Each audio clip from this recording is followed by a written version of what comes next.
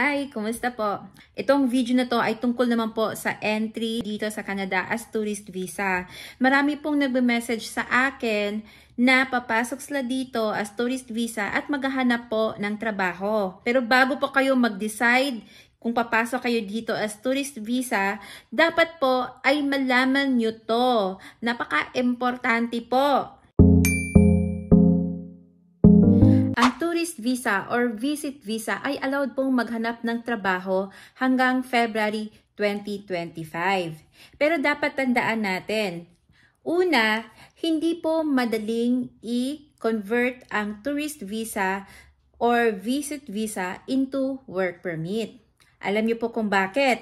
Dahil hindi po madaling maghanap ng full-time job dito sa Canada. Hindi illegal maghanap ng employer pagka tourist visa or visit visa dito sa Canada. Pero, illegal magtrabaho dito sa Canada na naka-tourist visa na wala kang valid work permit. Ang tourist visa ay may limit period of time lang na magstay ka dito sa Canada para makapaghanap ka ng work. Meron pong mga 3 months or 6 months or 1 year or 10 years.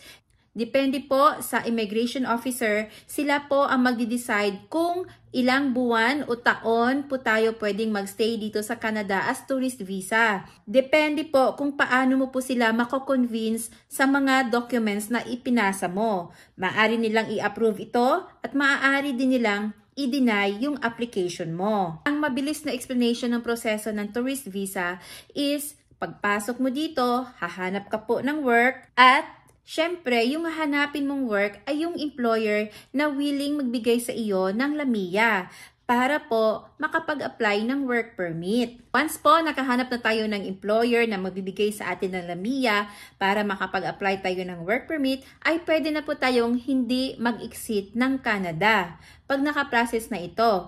Pero po, tandaan natin, hindi ibig sabihin na ipinasa natin to at may employer tayo ay maa-approve tayo ng immigration. Wala pong garantiya yon. Kasi hindi naman tayo ang magde-decide nun. Tanging ang immigration officer ang magde-decide nun. Kaya sa mga nagtatanong sa akin, lagi kong sinasabi, risky ang pagpasok dito as tourist visa at maghahanap ng trabaho. Lalo na pagka wala kang kamag-anak. Magagastusan at magagastusan ka talaga. Pag-land mo dito sa Canada ay nagsisimula na kaagad ang gastos mo. Hindi madali.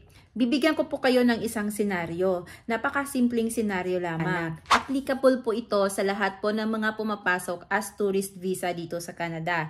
Kadalasan ng mga naghahanap dito ng tourist visa at nai-interview ng mga employer, talagang nagsisay no ang mga employer. Siguro ayaw na nilang gumastos o ano pa ba, hindi natin alam ang kanilang mga rason. Pangalawa, halimbawa nakakita tayo ng employer, willing magbigay ng LAMIA at ipaprocess ang work permit mo. Ngayon, yung tourist visa mo ay pa-expire na. Paano kung hindi na-approve yung work permit mo? O diba, another gastos na naman yon. Kailangan mong mag-apply ulit ng tourist visa at magastos yon.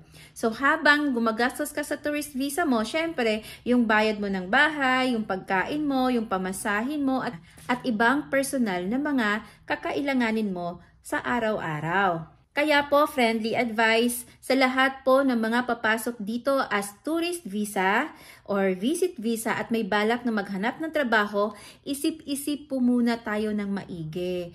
Mag-research po tayo ng maigi para po hindi tayo masasaktan o malulugi sa dulo. Kailangang handa tayo. Hindi po advisable na pupunta ka dito sa Canada as tourist visa at maghanap ng trabaho, lalo na pagka wala kang kamag-anak.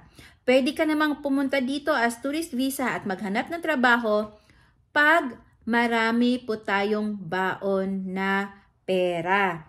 O di kaya, hindi ka umalis ng Pilipinas at hindi ka nabaon ng utang doon at papasok dito ng tourist visa. Hindi po advisable kung magtutourist visa ka dito, nabaon ka na ng utang sa Pilipinas, nagbenta ka na ng kahit ano-ano at pumasok ka dito as tourist visa at maghahanap ng trabaho at walang kamag-anak, ay lalong mababaon po tayo sa utang. Kung meron po tayong mga bad experiences sa ating pagpunta dito as tourist visa, ay pwede po nating i-share sa comment section para po ma-aware din ang iba na gustong pumunta ng Canada as tourist visa at maghanap ng work. Hindi po ganon kadali. Hindi po magic yon. May proseso po tayong susundan. Maraming salamat po sa pagpapanood. Sana po ay may natutunan tayo ngayon. Huwag po natin kalimutang mag-subscribe at i-click ang notification bell para po ma-notify tayo sa mga susunod nating mga videos. God bless po! Ingat! Bye!